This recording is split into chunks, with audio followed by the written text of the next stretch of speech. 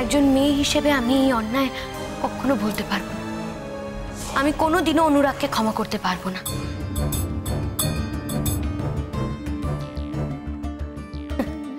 তাতে হয়তো অনুরাগের মতো প্রভাবশালী মানুষের কোনো ক্ষতি হবে না, কারণ তারা তো সমাজের মাথা। কিন্তু আমি জানি একদিন না একদিন এদের বিচার ঠিক হবে। তাই তো আজ অনুরাগ ব্যানার্জির মতো একজন বিখ্যাত ডক্টরকেও কাঠগড়ার সামনে এসে দাঁড়াতে হয়েছে।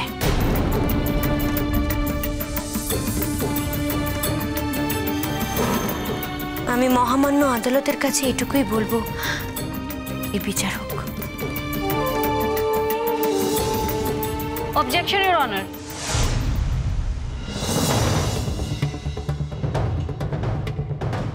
আমি আপনার আদেশ অমান্য করতে বাধ্য হলাম।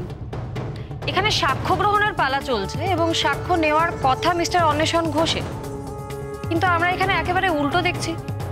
অদ্রিজা সেন নিজেকে প্রশ্ন করছেন, আপনাকেও প্রশ্ন করছেন।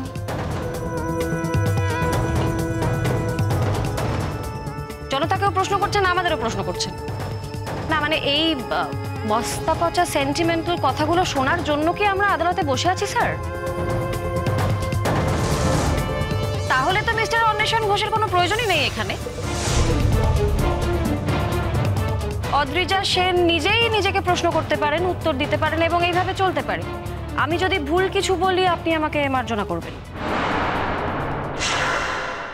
মিস্টার ঘোষ, সাক্ষ্য গ্রহণে থামলেন কেন?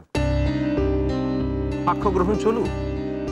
আর যার সাক্ষ্য নেবেন তার সাক্ষ্য নেবার ব্যাপারে আপনি এতই বা তাকে অধিকার দেবেন কেন?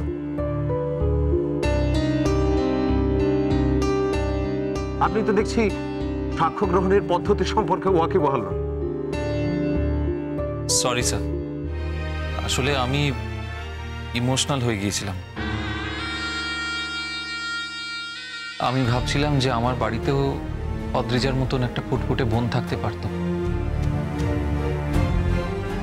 যাকে হয়তো এই দুর্দশা শিকার হতে হতো। তাই আমি একটু আবেগতাড়িত হয়ে মানে অদ্রিজার সঙ্গে আমার বোনকে গুলিয়ে ফেলে আমি একটু আবেগতাড়িত হয়ে আই এম সরি স্যার, সত্যি সাক্ষ্য নিতে আমার একটু বিলম্ব হয়ে গেছে।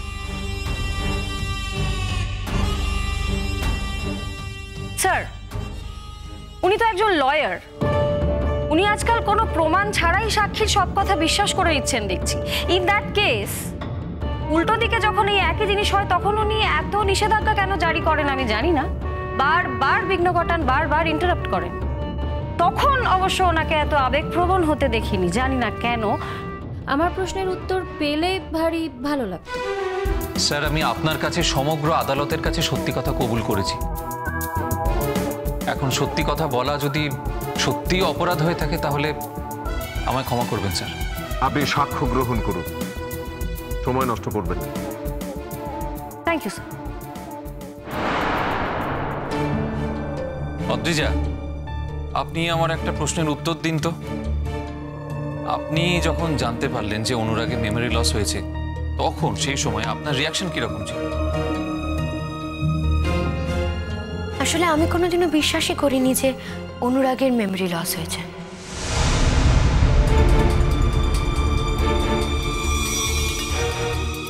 তাই এতে রিয়্যাক্ট করার কোনো প্রশ্নই ওঠে না। আমার শুধু একটা জায়গায় খারাপ লেগেছিল, এই মানুষটা আমাকে ঠকিয়েছে, আমার বোনকেও একইভাবে ঠকালো।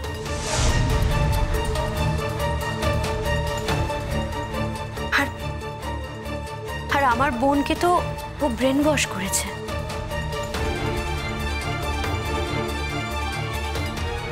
যাতে ও কোনোভাবেই এটা বুঝতে না পারে যে অনুরাগ আমাকে বিয়ে করার জন্য প্রস্তাব দিয়েছিল এবং আমার সঙ্গে ফ্লার্টিং করেছিল।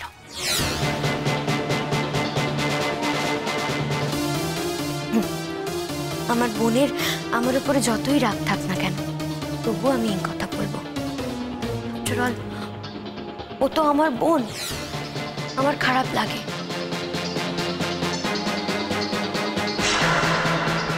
আমি শুধু একটাই কথা ভেবেছি, ও শুধু একটা মেয়েকে পাওয়ার জন্য আমার বোনকে এইভাবে না ঠকালেও পারত।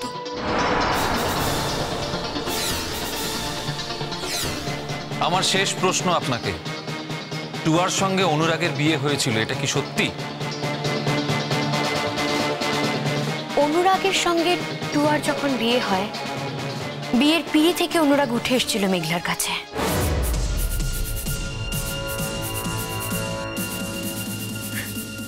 কারণ ওকে তো তখন দায়িত্ব নিতে হবে, তাই না? আর ও দায়িত্বটা নিতে চায়নি।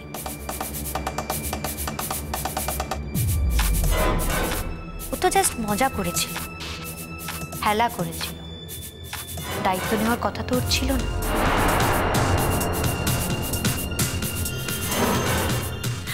ও মেঘলাকে কনভিন্স করেছে যে এসব কিছুই ঘটেনি, সবটাই মিথ্যে।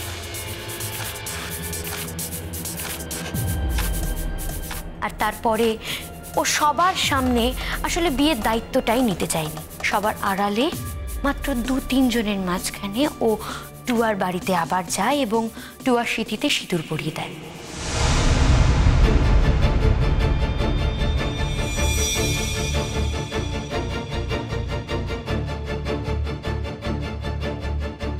আর বলে, আমি তোমাকে ভালোবাসি এবং তোমার সঙ্গেই সংসারটা করতে চাই। কি অদ্ভুত বলুন তো।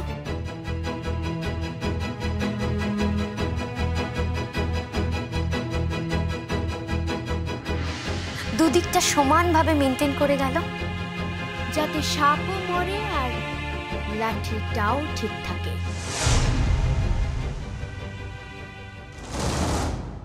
আপনার কাছে কোনো প্রমাণ আছে যে অনুরাগ অনিন্দিতার স্মৃতিতে সিঁদুর পরিয়ে দিয়েছিল? প্রমাণ আছে, আমার কাছে সবকিছুর ফটো আছে।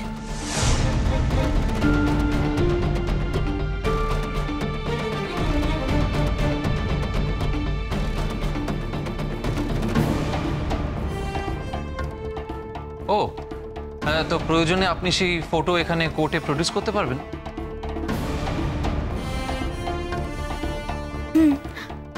নিশ্চয়ই পারবো। আপনি এখন বললে আমি এখনই দেখাতে পারি। দরকার নেই, আপনি এখন গিয়ে বসুন। প্রয়োজন পড়লে আপনাকে বলবো এই তথ্য এখানে জমা দিতে। প্লিজ, আমার আর কোনো প্রশ্ন নেই। Thank you.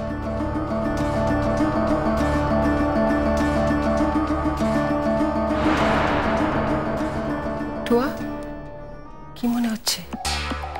কেসটা আমরা জিতবো না, হেরে যাব? আরে এই কেসটা তো আমরা প্রায় জিতে গেছি।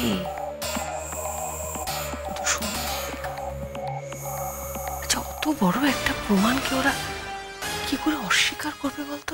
মণিমা, আমাদের কিন্তু শেষ পর্যন্ত দেখতে হবে। এখনই আমি কিছু আশা করতে রাজি নই। সেদিন দেখলি না তোর জেঠুনকে কিভাবে ফাঁসিয়ে দিল? ঠিক হয়েছে, আমি খুব খুশি হয়েছি। খুব বন্ধুপ্রীতি না বেরিয়ে গেছে বুড়ো বয়সে ভীমরতে। লোকের মাঝে মানহানিটা হলো, তাই সর্বশক্তি দিয়ে মেয়েকে সাপোর্ট করবে তা না, অন্যের মেয়ের প্রতি একেবারে দরদ উতলে উঠছে। স্যার, আমার বিপক্ষীয় বন্ধুর সাক্ষ্য গ্রহণের পালা শেষ, এবার আমার পালা। আপনি যদি অনুমতি দেন তাহলে আমি আমার সাক্ষ্য গ্রহণের পালা শুরু করতে পারি। আজকের মতো কোর্টের কাজ এখানে স্থগিত রইল।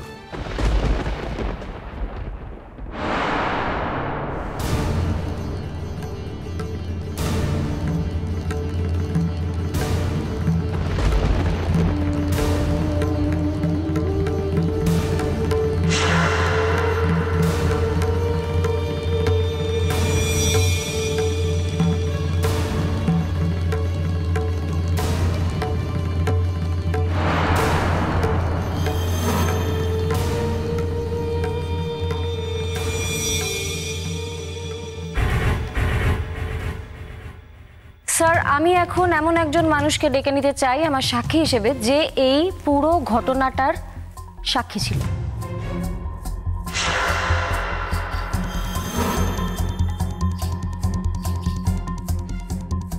স্যার আপনার অনুমতির অপেক্ষায় আছি।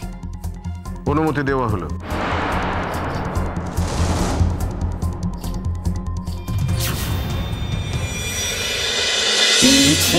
নদী